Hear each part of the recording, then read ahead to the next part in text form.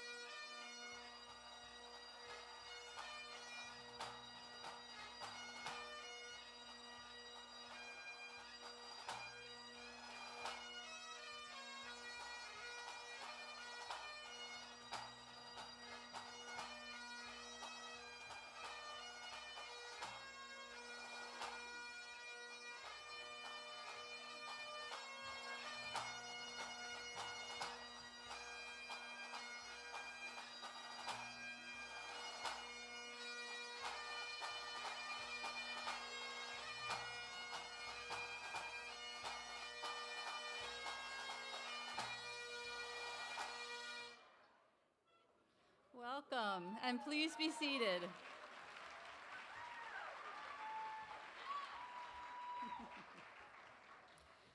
Board of Trustees Chair Cynthia Archer, Associate Professor of Theater and Director of the Theater Program, Catherine Slusar, and other members of the faculty, deans, members of the staff, graduating students, families, and friends. Welcome to Bryn Mawr College's 140th commencement. We begin today's commencement ceremony with an acknowledgement that we stand on Lenape land and pay respect and honor to the caretakers of this land from time immemorial until now and into the future. In the Quaker tradition that informs this institution, I ask you to join me in a moment of silence. I invite you in this moment to remember with gratitude the people you love and the people who have loved you, those here today and those who cannot be with you in person. Please remember also those who cannot pursue an education because of war, oppression, violence, or the loss of home or nation.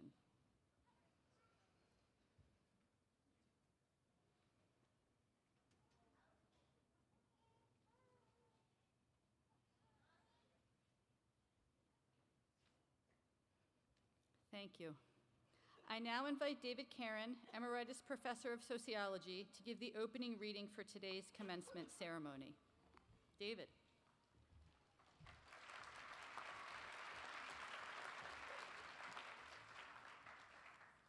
Congratulations, graduates. I'm very honored to do a reading today, one that has a special Bryn Mawr connection. I've chosen to read a poem.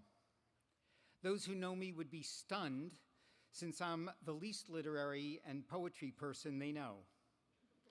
And yet, in the fall of 1972, I was at Queens College taking the only required course in the curriculum, English 1.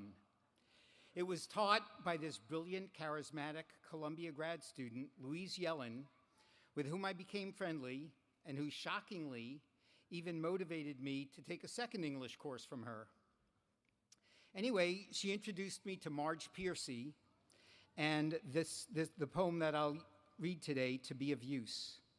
I never forgot it because it speaks to harnessing the resources we have in our daily lives, often against resistance, to make a difference in the world.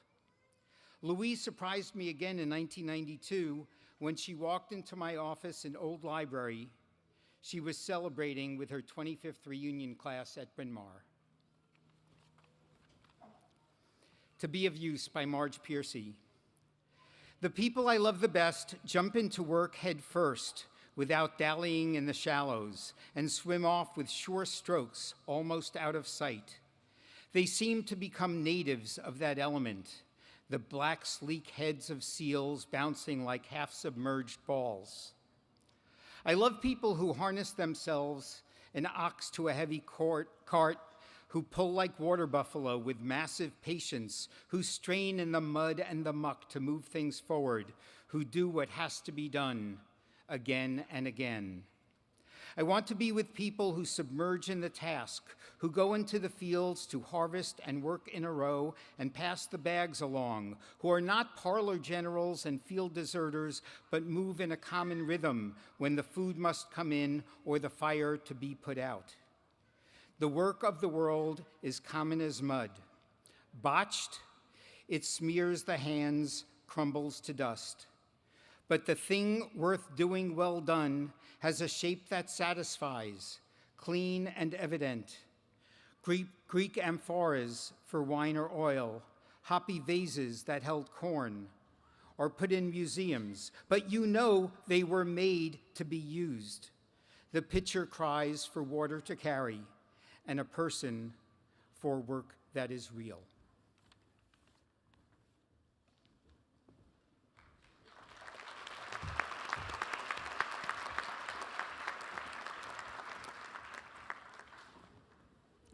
Thank you, David.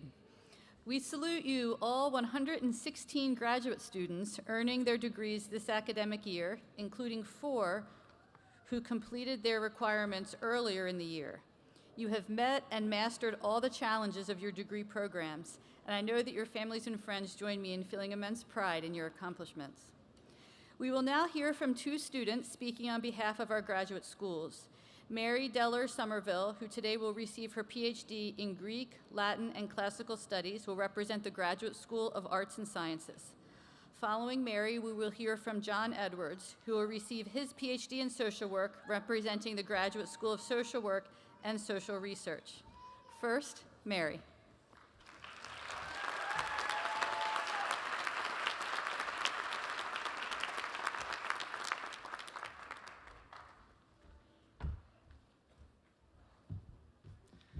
I want to thank the Graduate School of Arts and Sciences for asking me to speak, and all of our friends, families, and supporters for attending this ceremony.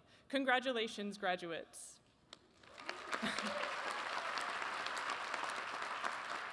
In just a moment, we will be granted a new set of privileges and responsibilities that come with our new degrees. I'd like to reflect on these for just a moment with you all. One of our new privileges is a boost to our professional lives. We can teach at the college level. We can ask for a raise commensurate with our new credentials. We can add a line to our email signatures. A second privilege is that we get to flex our expertise, whether it's relevant or not. I wrote my dissertation about men crying in Roman poetry.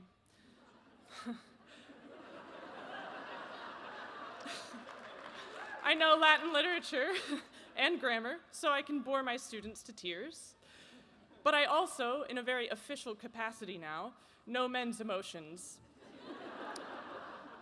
I've gained the privilege of taking any man's feelings and turning them into annoyance with a single word. Actually, a third and underutilized privilege is that we have every right to wear these fancy outfits. This tam is mine, and I will be wearing it everywhere. But with great privilege comes great responsibility as well.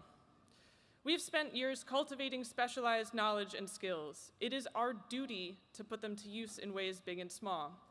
To speak to my education in classics, I spent many years learning about ancient Greece and Rome, about language and its use, about who benefits from specific narratives, and about what kinds of actions follow from worldviews, like specific worldviews. I consider it my duty to use my knowledge in the wider world. For instance, as I accept my degree, I'm accepting the duty of correcting my teammates in bar trivia when we're asked a question about ancient Greek myth or the Roman Empire. But we must also use our knowledge in big ways. We are the experts in the room, and our opinions carry real weight. At GSAS, we've been trained to think critically about language and use it precisely. We've been trained to maintain archives and preserve knowledge of the past. We've been trained to communicate information about research in science and the humanities. We've been trained to disentangle well-grounded research from misinformation. And we ought to use those skills to protect our communities, to tell their stories, and to improve our collective material conditions, not just ask for a raise. This will not be easy, but it will be worth it. When things get hard, I like to tell myself what Dione told her daughter Aphrodite, yes, that's the goddess of love, in Homer. She said, "Tetlathi teknonimon," endure, my child. For now, go celebrate your new degrees. Tomorrow, get started on the duties. Congratulations.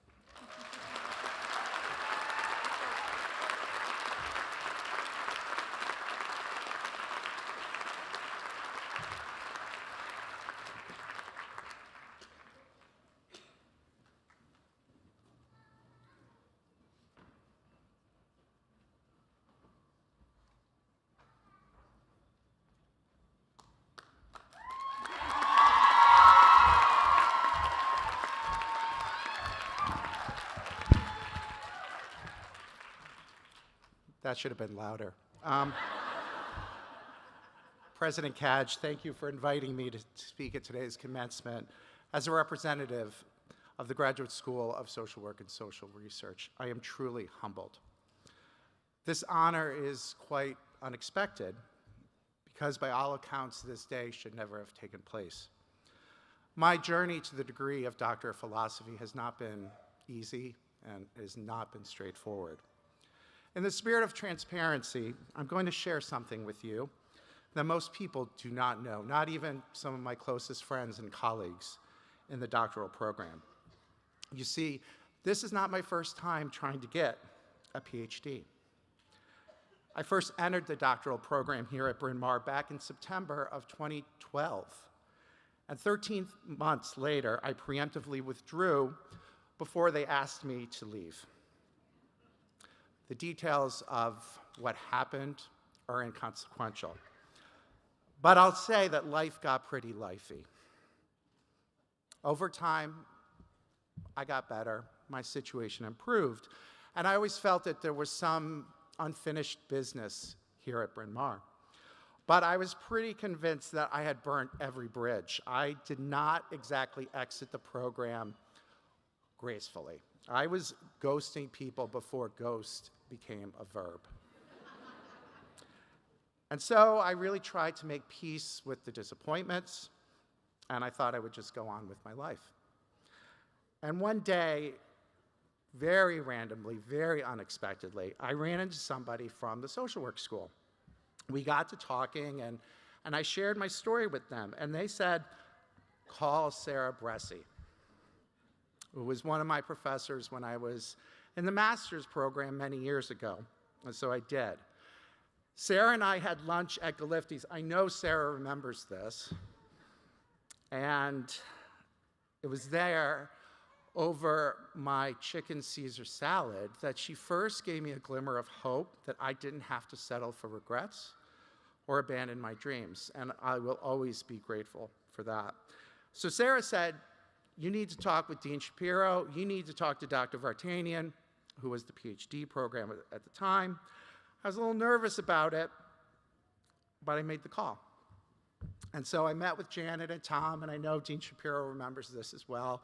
And I pleaded my case, and I said, I want to come back. I want to reapply.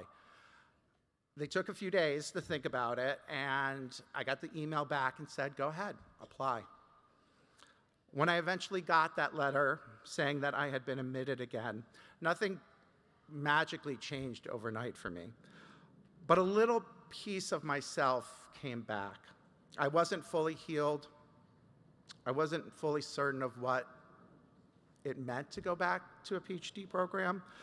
But at that time, I knew I was not just the sum of my setbacks.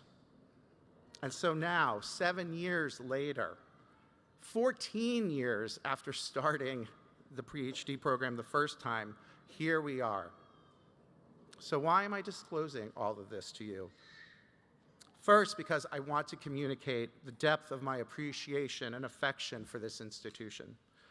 No one had to take a chance on me. They certainly didn't have to do it a second time. I will always be grateful for the way this community believed in me when I didn't believe in myself. None of us who will walk the stage tonight does so alone. We have been supported by the labor, the resources, the patience, the sacrifice, and the love of so many, some of us who are with us tonight, and others whose presence we may feel in our own ways. Tonight is not just about us, it's about everyone who made this night possible. For me, that includes an amazing community of GSS WSR students, faculty, and staff, my amazing friends, my family, especially my sisters who are watching this on the live stream, my mother who is here today, and my father who passed away last year. I would not be here without all the wonderful people who made this second chance extraordinary. I also wanted to share my story with you because I believe it is incumbent upon us social workers to cultivate a culture of dignity and kindness that refuses to consider people and communities as lost causes. Our mission, our purpose, is to find those peoples whose dreams have been deferred and whose regrets hold them back, and provide them with whatever hope, support, kindness, or love that we can to recognize their potential and make second chances a reality. Don't let the worst moments define your worth and the worth of others.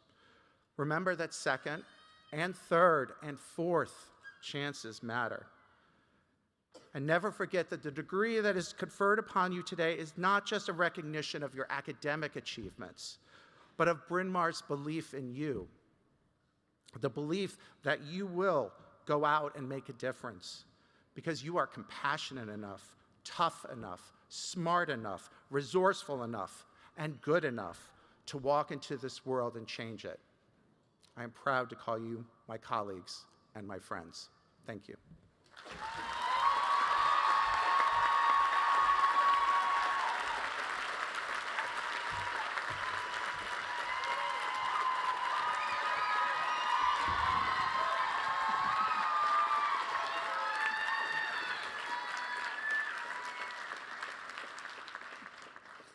Thank you, Mary, and thank you, John, for those wonderful words for your families and fellow graduates. It is now my honor to introduce our 2026 graduate commencement speaker. Our speaker is a professor of law, a Pulitzer Prize-winning historian, a MacArthur Foundation genius, and one of the foremost interpreters of America's early history and its continued complex resonances today. She is the Carl M. Loeb University Professor at Harvard University, where she is also a professor of history in the Faculty of Arts and Sciences. You might know her best for her transformational scholarship on Thomas Jefferson, particularly regarding his relationship with Sally Hemings and her children. She was awarded the Pulitzer Prize for History and the National Book Award for Nonfiction for her groundbreaking work on the Hemings family of Monticello, which she describes as, quote, a family that lived in slavery at this one place for almost 50 years, with complicated family ties to the people who enslaved them. You might also know her as the author of the New York Times bestseller On Juneteenth, whose insights deeply inform the recent PBS docuseries, The American Revolution. The first to desegregate her small Texas town's all-white schools, she went on to graduate from Dartmouth College and Harvard Law School. In addition to her Harvard appointment, she has taught at Rutgers University, New York University, and held a visiting professorship at Oxford University. Please join me in extending a warm Bryn Mawr welcome to professor, author, and historian Annette Gordon-Reed.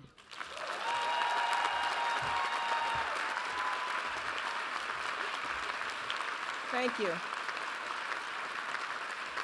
Thank you very, very much. It's difficult to follow those two wonderful students. Greetings to President Cadge, trustees, faculty, staff, family members, and most of all to the graduating class of 2026. I'm honored to be here with you today to share in this joyous occasion, a time to recognize all the hard work that has brought you to this moment. Congratulations for getting to and past the finish line. I should say that I was a teenager when I first heard of Bryn Mawr. In those days, I was a devoted viewer of old movies, and my absolute favorite actress from old Hollywood was Katharine Hepburn. When reading about her life, I learned that she had attended Bryn Mawr as an undergraduate, following in her mother's footsteps. I figured it must be quite the place if a woman as formidable and impressive as she attended and graduated from here. Then, as an adult, I discovered that my dear friend, fellow historian, and mentor, one of the finest people I've ever known, the late Jan Ellen Lewis, graduated magna cum laude from Bryn Mawr in 1971. I know I'm speaking to you as members of the Graduate School of Arts and Sciences and the Graduate School of Social Work and Social Research, but I have no doubt that the questing spirit, propensity for deep engagement, and belief in social justice that I have come to associate with the name Bryn Mawr live in you as well. With that in mind, I feel totally comfortable saying what I'm about to say, or more precisely, asking what I'm about to ask of you. I don't think I have to tell you that we're living in challenging times. I'm often asked, as a historian, if we've ever seen times like this. I usually reply that we have not. Not that we haven't experienced extremely difficult periods. After all, we had a civil war that broke the Union, and in which hundreds of thousands of people died. But we face a vexing set of circumstances today, one that calls for particular types of citizen engagement and action. As we celebrate, commemorate the 250th anniversary of the Declaration of Independence, which led to the creation of the American Republic, numerous signs indicate that our democracy is in a perilous state. I hasten to add that I don't think this is strictly a partisan concern.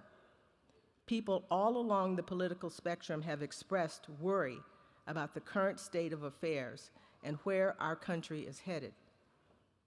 I'm reminded of the famous story about Benjamin Franklin, who was purportedly asked as he exited the Constitutional Convention in 1787 what kind of government had been created.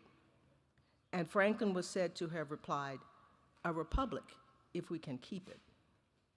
That notion of having to keep a republic hints at the fragile nature of this form of government. The suggestion that the people have to be up to the task of keeping a republic speaks volumes about the responsibilities that citizens must undertake to ensure that representative government, a government by the people, will endure. It is only fair to note that we are not alone in our predicament. In nations around the world, survey after survey indicates that people, and frighteningly, a large number of young people, are losing faith in democracy and the Enlightenment values that nurture intellectual inquiry, scientific experimentation and advancement, and increased respect for human liberty and dignity. Those values created the atmosphere in which institutions like Bryn Mawr could flourish and be a place where students like you could come and find your missions in life. We are gathered today at an institution that is part of a nationwide system of higher education that is the envy of the world. No other country can boast the number, variety, and quality of the colleges and universities that exist in every state of the Union.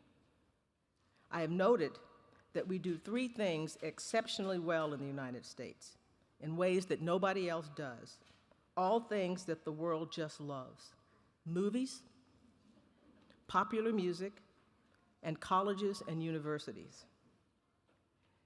As many look with concern to the seeming deterioration of our democracy, improved significantly by the efforts made in the 1960s to try to perfect it, we also note that the system of higher education is under sustained attack.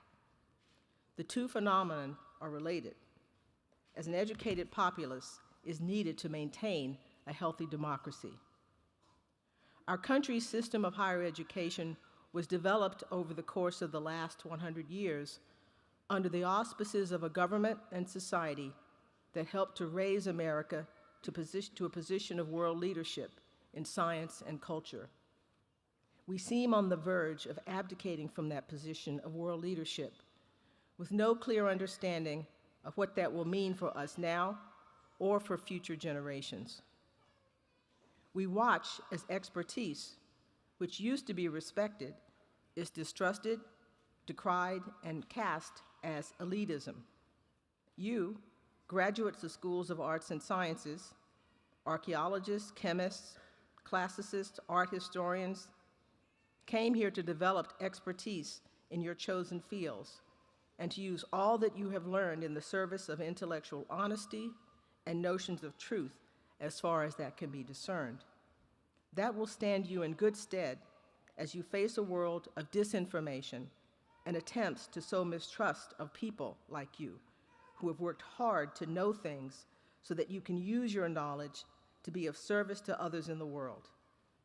I ask that you never be ashamed to see and present yourself as experts, because that is what you are. Use what you've learned to combat misinformation, disinformation, whenever you encounter it. This is not a charge for you to be arrogant. I'm sure your education so far has taught you just how much you do not know, and that much remains to be learned as you go through life.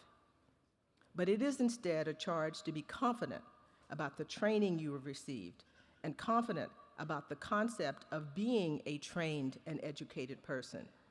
That is significantly more than doing research on the internet. Defend the notion of expertise. You in the Graduate School of Social Work and Social Research, I think, are uniquely prepared to meet the challenges of the moment I've described above. I know that your spirit is willing. The fact that you chose to go into social work shows that your preference is to stand with people in crisis, to support them when they face difficult moments in their lives, and to help them negotiate an often insensitive and sometimes hostile world. You're already thinking about your place in the community and responsibilities to that community. That inclination is much needed today. I ask that you keep that understanding alive and heed the part of the school's mission statement that extols the value of taking action in the pursuit of a just and democratic world.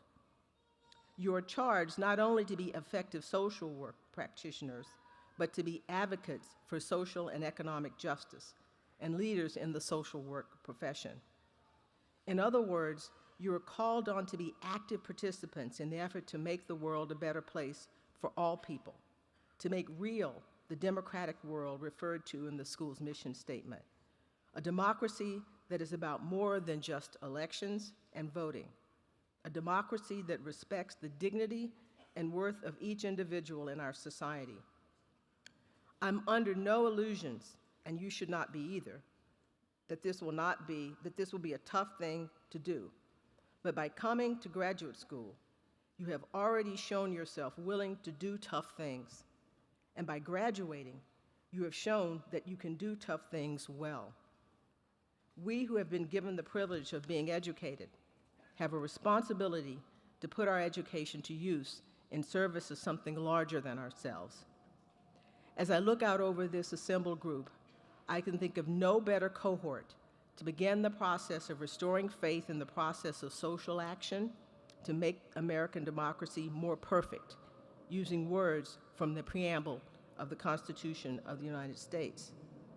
The world is waiting for you and others like you who have shown that they are willing to extend themselves through hard work and commitment. I'm so happy to have been part of what I know will be an exciting and rewarding journey forward. Congratulations again. Thank you.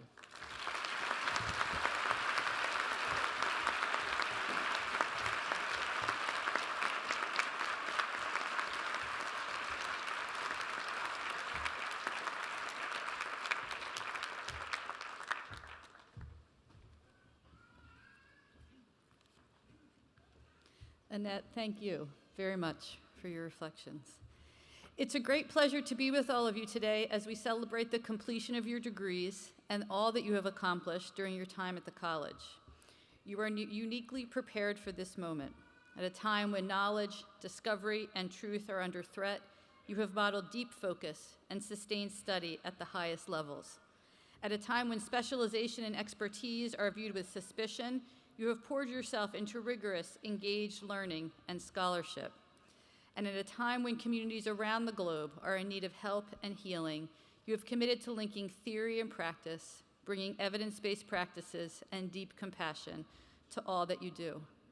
As you leave this place, please know and hold in your hearts how much you are needed in the world as scholars, researchers, teachers, practitioners, thinkers, and citizens. You've been educated at the highest level and prepared to do the greatest good. Bring with you the resilience and determination that graduate study has required of you and the friendships and mentorships you have forged here. They are yours for life. And remember always that Bryn Mawr is your home. Thank you, congratulations, and now let's move to the conferring of degrees.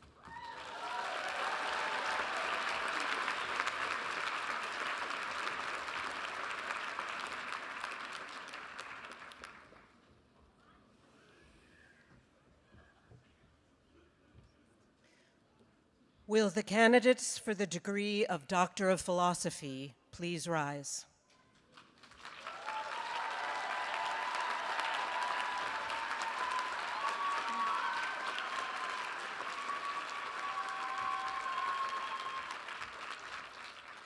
Madam President, the faculty of Bryn Mawr College joins with me in presenting 18 students, including 6 who will take their degrees in absentia.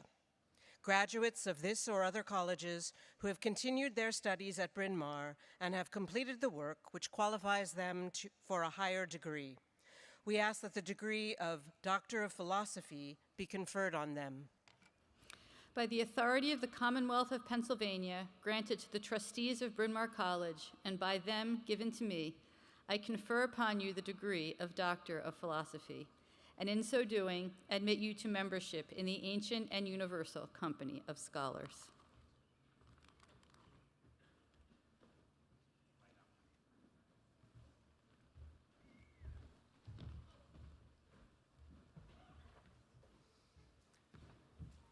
Madam President, on behalf of the Department of Chemistry, I am honored to present James A. Vogel, who has completed the work for the doctorate in organic chemistry.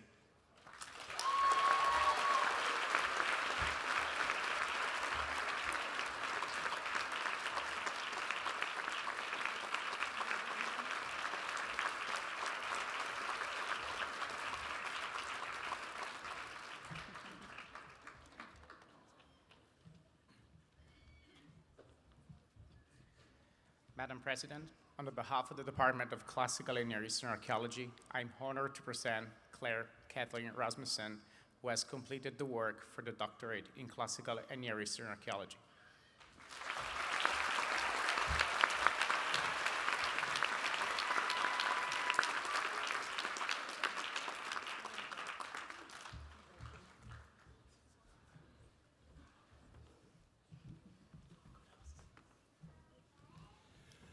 Madam President, on behalf of the Department of Greek, Latin, and Classical Studies, it is my honor to present Mallory Fitzpatrick, who has completed the work for the doctorate in Greek, Latin, and Classical Studies.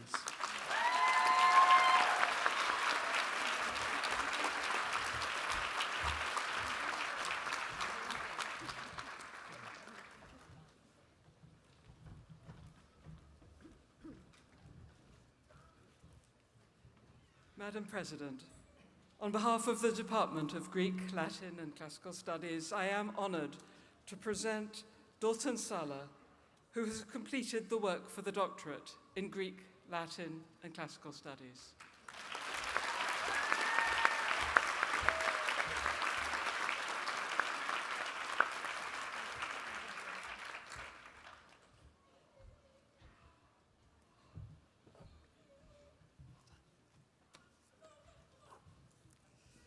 I have the further honor to present Mary Somerville, who has completed the work for the doctorate in Greek, Latin, and Classical Studies.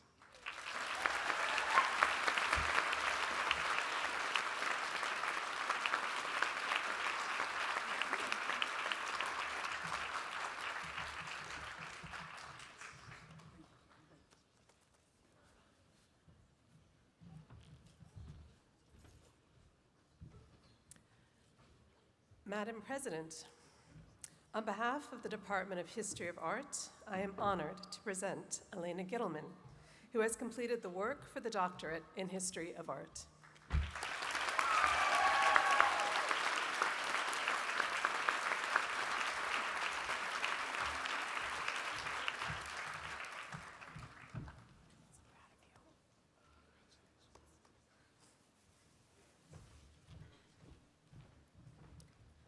Madam President, on behalf of the Department of History of Art, I am honored to present Meg Henkel, who has completed the work for the doctorate in History of Art.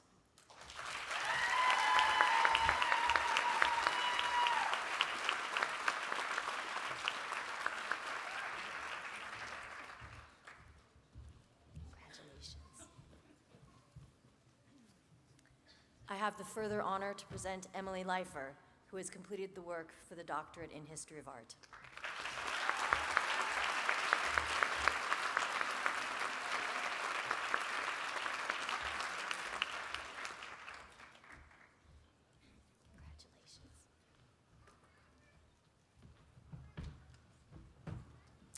Madam President, on behalf of the Department of Mathematics, I present Savannah Elizabeth Williams, who has completed the work for the doctorate in mathematics and is celebrating her birthday today.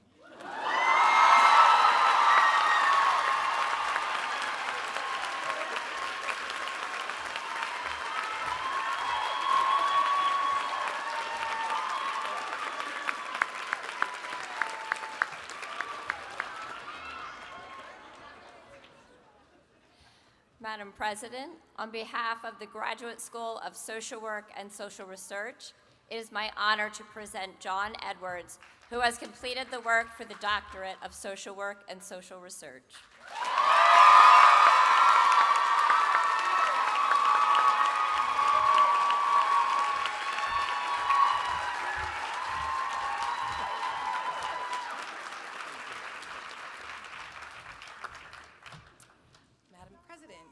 On behalf of the Graduate School of Social Work and Social Research, it is my honor to present Lindsay Griffin, who has completed the work for the doctorate in Social Work and Social Research.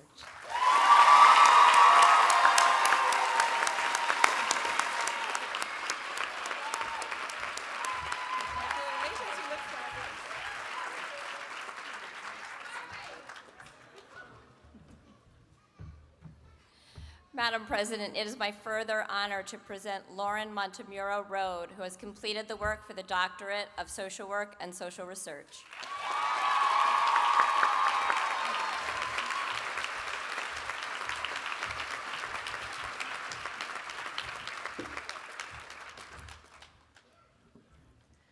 Will the candidates for the degree of Master of Arts please rise?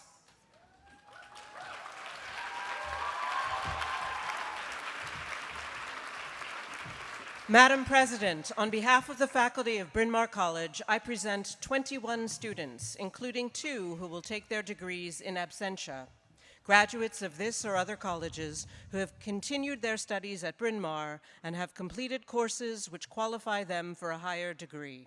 And I ask that they be given the degree of Master of Arts. By the authority of the Commonwealth of Pennsylvania, granted to the trustees of Bryn Mawr College and by them given to me, I confer upon you the degree of Master of Arts and admit you to all its rights, dignities, and privileges, and equally to all of its responsibilities.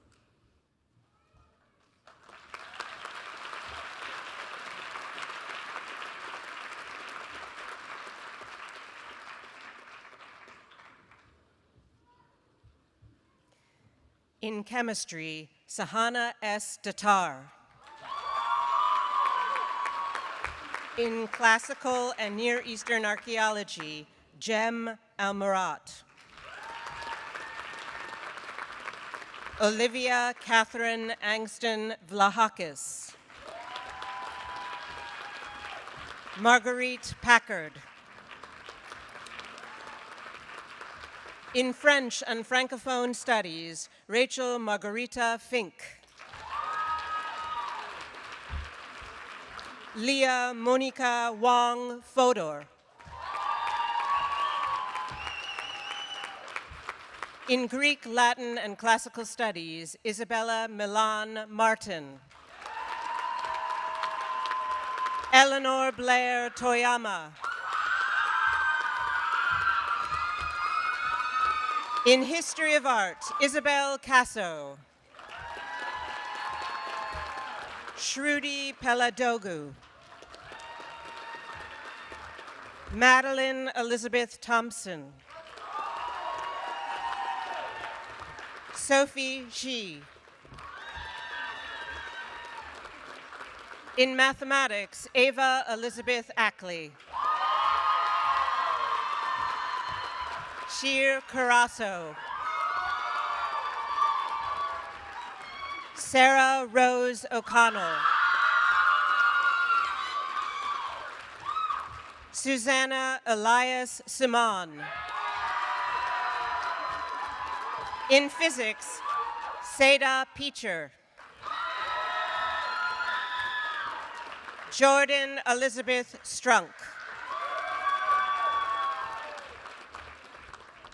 Maya Teofilovska.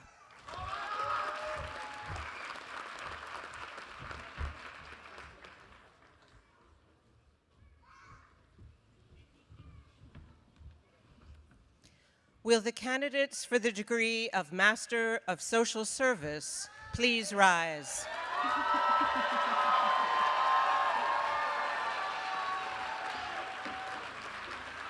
Madam President, on behalf of the faculty of Bryn Mawr College, I present 77 students, including 6 who will take their degrees in absentia, graduates of this or other colleges who have continued their studies at Bryn Mawr and have completed courses which qualify them for a higher degree. And I ask that they be given the degree of Master of Social Science. By the authority of the Commonwealth of Pennsylvania, granted to the trustees of Bryn Mawr College and by them given to me, I confer upon you the degree of Master of Social Service and admit you to all of its rights, dignities, and privileges, and equally to all of its responsibilities. Congratulations.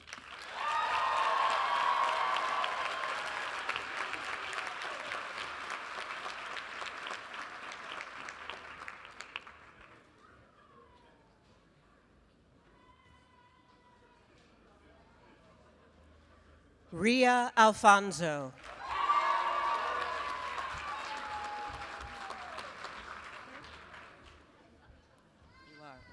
Riva Ann Bottles.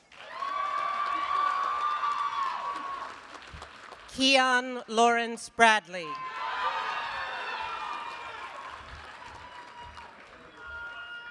Mary Dolores Braun.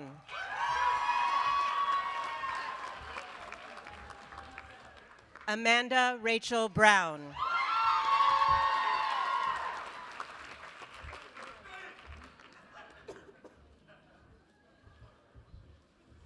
Riz Carthens.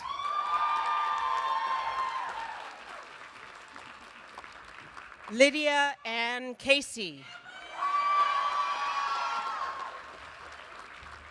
Colleen Allison Crinetti.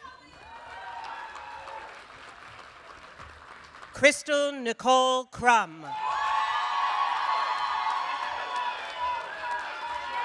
Sarah Marie D'Antonio.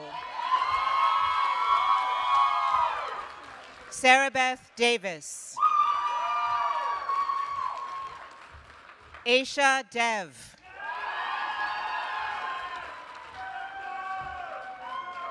Liada Dever. Jasmine Miriam Diaz-Telo. Erin Jean Ferguson. Jamie Fiore Higgins.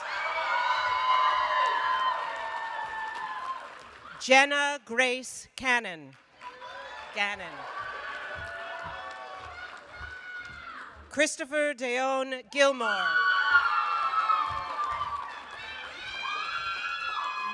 Christopher Ron Gilmore.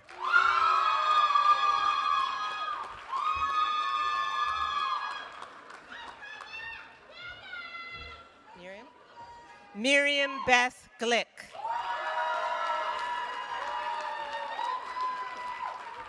Kimberly Godfrey. Eden Gormley.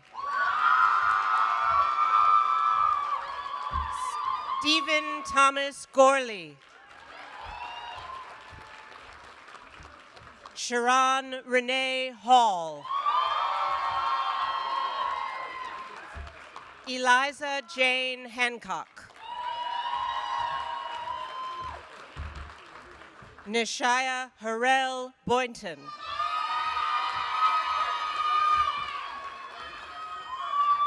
Kira Harvey Broughton. Nicole Cantor Hirsch.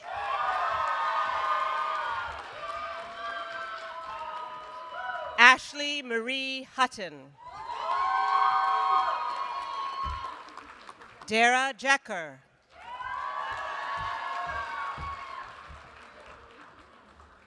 Adriana Lynn Jones. Caroline Julia Kane. Sina Jane Copperdale.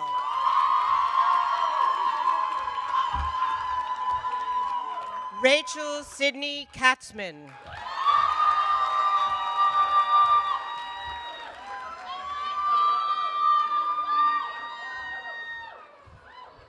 Kimberly Ann Kelly. Kim Andrea Kindred. Ian Lewis Costin.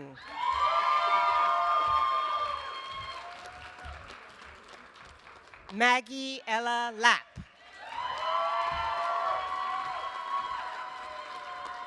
Dong Lau. Sanghok Lee.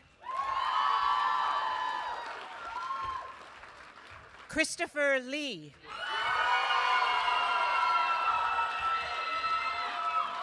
Julia Marie Liberto. Matthew Lynch. Crystal Ming Maldonado. Alciviades Memaris.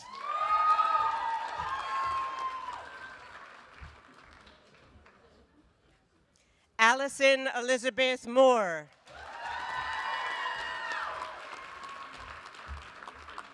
Richard Conrad Moreau.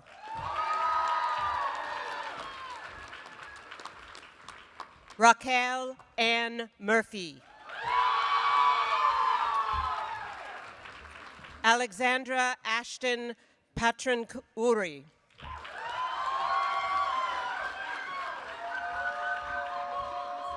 Catherine Pham.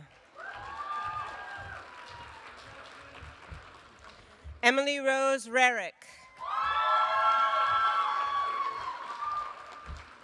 Cara Rossi. Scott Rubin. Jocelyn Marie Saltarelli. Jessica Sasser.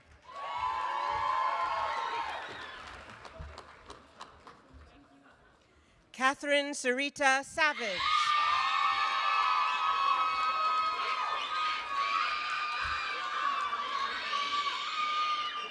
Haley Schoenberg. Lorraine Josephine Serafini. Alessia Saroff. Maria Severin. Silas Lyons Udayan Shah. Yedid Avra Shapiro.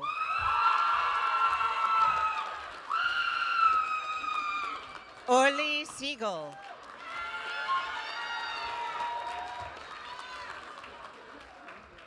Sarah Rose Smiley. Gabby Smith. Crystal Eleanor Sussbauer. Catherine Lorene Swartz. Christian Edward Crable Weber. Francis Webster Brown.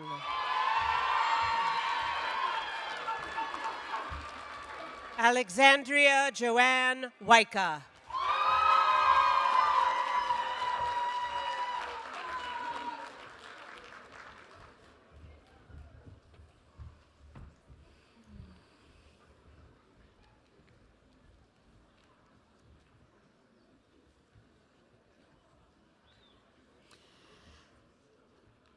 My warmest congratulations to all of you, and thanks to the faculty who guided them all to this place. I would now like to ask our graduates to stand and face their families and friends to give them a round of applause in thanks.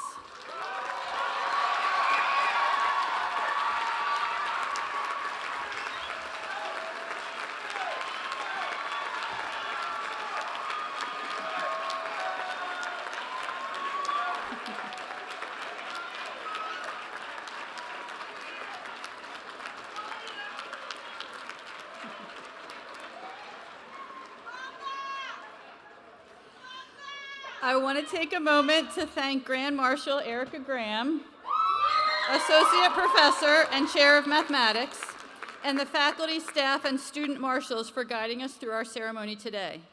Thank you also to our musicians, to Director of Conference and Events Extraordinaire Lisa Zernicki and her colleagues, and to all members of the Bryn Mawr staff, housekeeping, dining services, facilities, transportation, campus safety, multimedia services, the President's office, all of our staff ushers, and many more who worked so hard and so well to prepare the college for the many events of this week.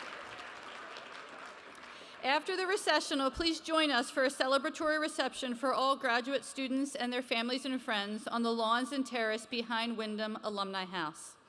I ask that guests please remain in your places until those on the stage, the faculty, and the graduates have recessed. And with that, the 2026 graduate commencement exercises of Bryn Mawr College are officially closed.